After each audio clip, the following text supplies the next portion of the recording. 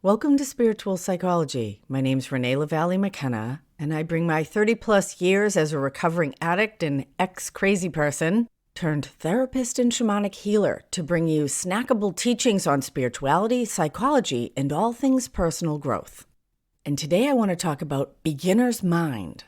And beginner's mind, known as Shoshin in Japanese, is a Zen Buddhist term that was introduced to the West by Shunryu Suzuki. He's a Zen teacher who introduced the idea of beginner's mind to the West in his book, Zen Mind, Beginner's Mind.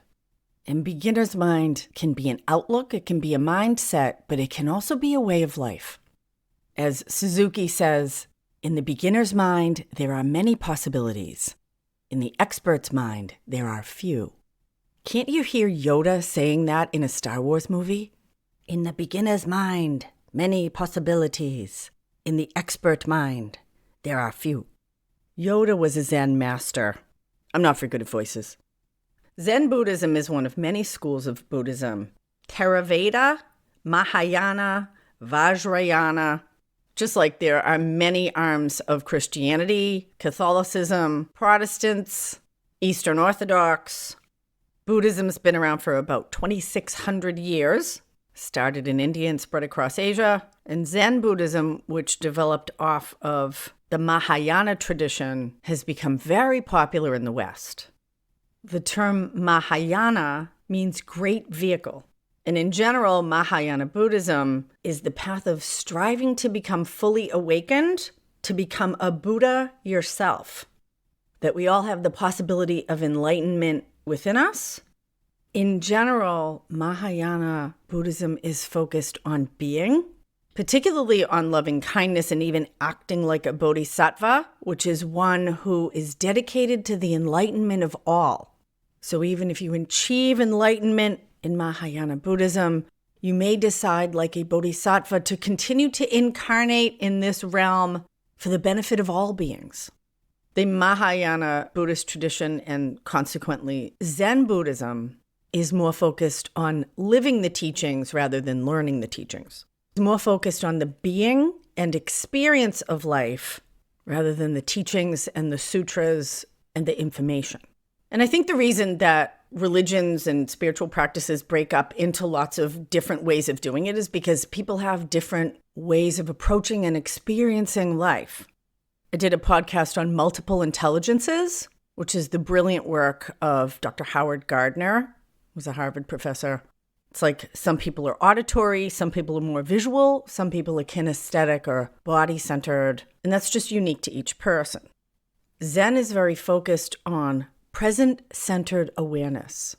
The teachings of Eckhart Tolle and the power of now, although he doesn't orient it to Buddhism at all, are very Zen.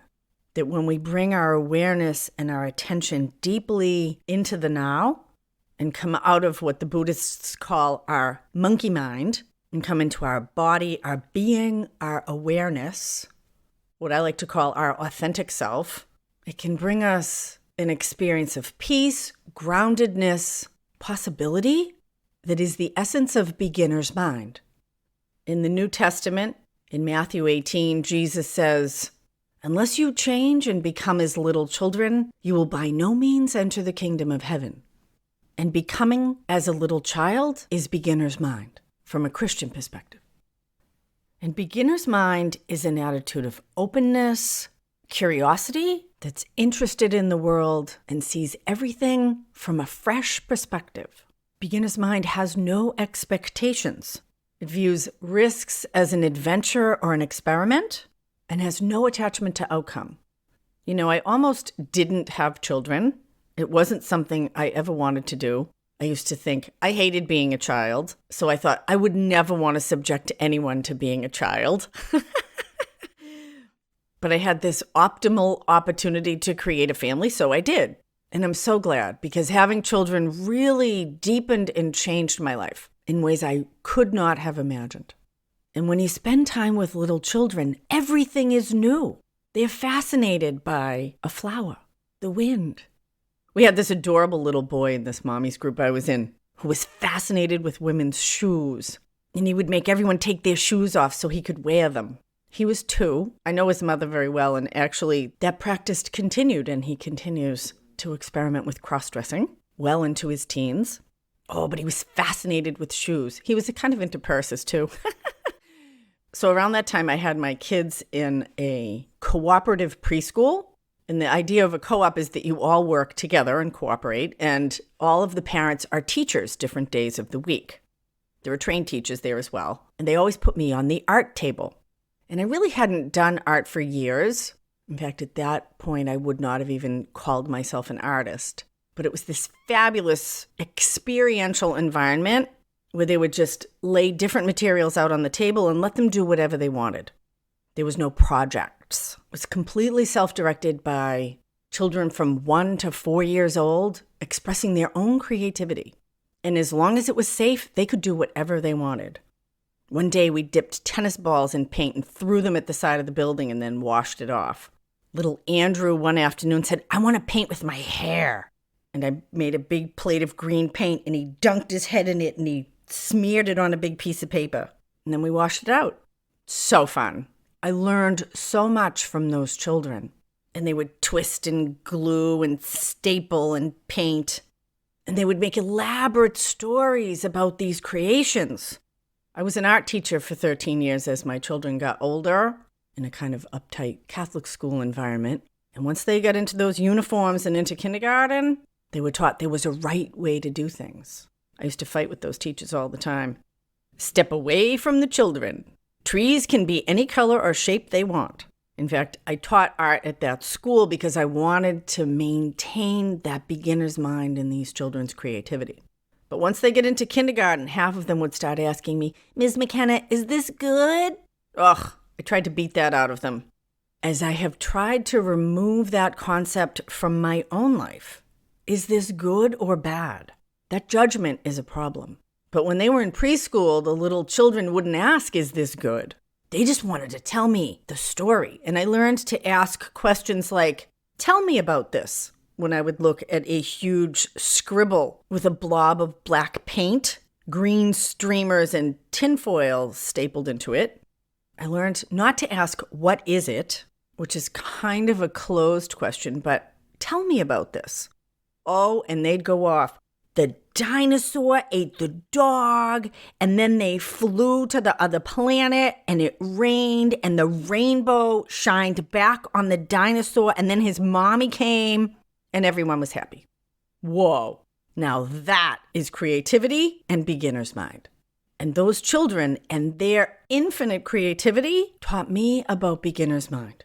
Ultimately, it completely changed the way that I do my own art. I threw away my brushes and bought a bunch of ketchup containers and started squirting and pouring paint like the children did, because my own perfectionism, my own need for things to be good, stopped me from actually being creative. The good is often the enemy of the best.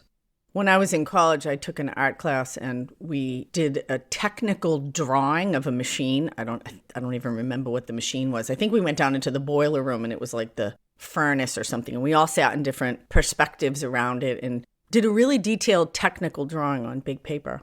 It was a pinnacle moment for me. I tell this story frequently. And the art teacher came over to me and he looked at my paper. And of course, just like those kindergarten children, I looked at him like, "Is it good?" And in fact, he said, "Technically, it's a good drawing, but it's not art." I was devastated for a moment, but I knew he was telling me the truth. It was such a teaching moment. And not just for art, but for life in general.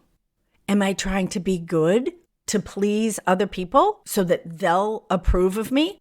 Or am I living authentically, creatively, letting my own unique interpretation and interaction with the world come joyfully through like those little children with their streamers, tinfoil, and messy paint? We have that choice. And I think the reason that Zen Buddhism has taken such a hold in the West is because it is about coming out of our mind and being in the pure, pristine presence of the present moment. I love alliteration, all those P's.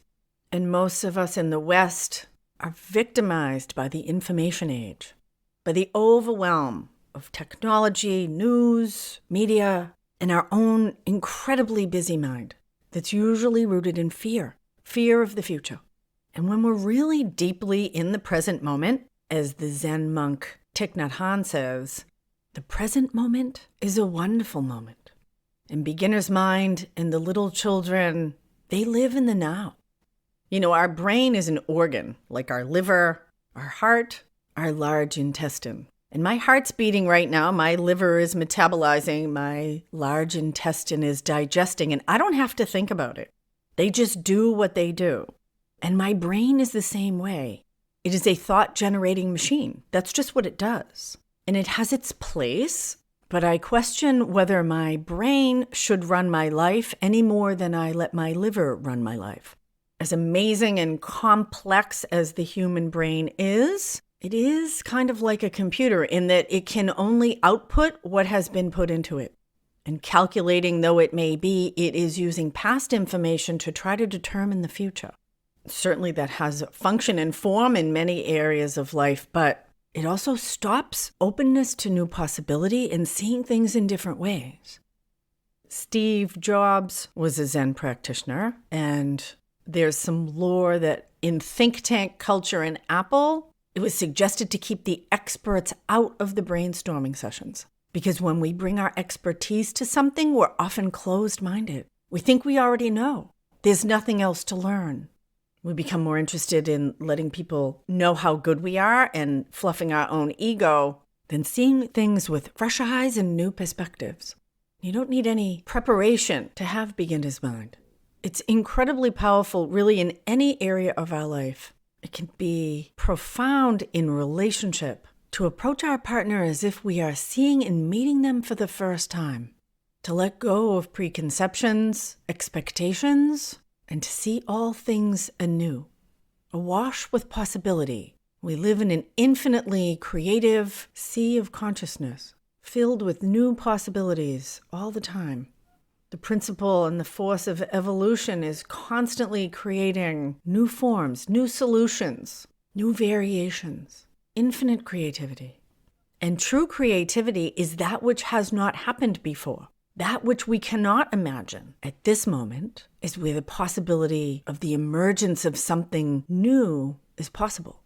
Beginner's mind is free of expectations, lives fully in the present, and like a little child learning to walk, falls down, gets back up again, falls down, gets back up again. That's how the child learns, grows, develops their muscles. There is no failure, only a continuing stream of experience. Some may be pleasant, some may be unpleasant. There is no good or bad. I may have told this story before, but it's worth repeating. So there's a farmer, lives just outside the village, and he has a son who's a young adult, and he has an old horse. And every day he brings the horse out to the field, and each day the horse gets a little slower, and his neighbor comes over and says, "Oh, that horse. I don't know what's going to happen when your horse dies. It's going to be bad." And the old man continues to drive his horse gently and says, "Maybe it's good, maybe it's bad, we'll see." And a few weeks later, the horse drops dead. And the neighbor comes over, "Oh, I told you it would be bad. What are you going to do now without a horse?" And the old man says, "Maybe it's good, maybe it's bad, we'll see." And his son goes out and says, "Father, there's wild horses further down the valley. I'm going to go see if I can get us a new horse." And he's able to get 3 horses back in their fenced-in corral. And the neighbor comes over and says, "Oh, very good. So many horses now." The old man says, "Maybe it's good, maybe it's bad, we'll see." But the horses are wild and they need to be trained. And so the son is saddling up one of the horses and it kicks him in the leg, breaks his leg. And the other horses are so spooked by his painful yells, they kick the fence down and all the horses run away. Oh, the neighbor comes over. "This is terrible. Now you have no horses and your son is lame." The old man says, "Maybe it's good, maybe it's bad, we'll see." And a war breaks out. And all the young men in the village are required to join in the army. And they're gathered and taken away to fight this big battle. And because the son's leg is broken, he can't fight. And the battle is a terrible battle, and many of the young men are killed. And because of this series of events, the farmer's son survived. And his leg healed. And maybe it's good, and maybe it's bad. We'll see. And that's beginner's mind. Thank you so much for listening. If you like this podcast, consider subscribing or leaving a good review. And if you want to find out how spiritual psychology might benefit you in your life, or learn more about my 3-month mentorship program, shoot me an email, info@reneemckenna.com, and check us out on Instagram @OpenDoorGrowth.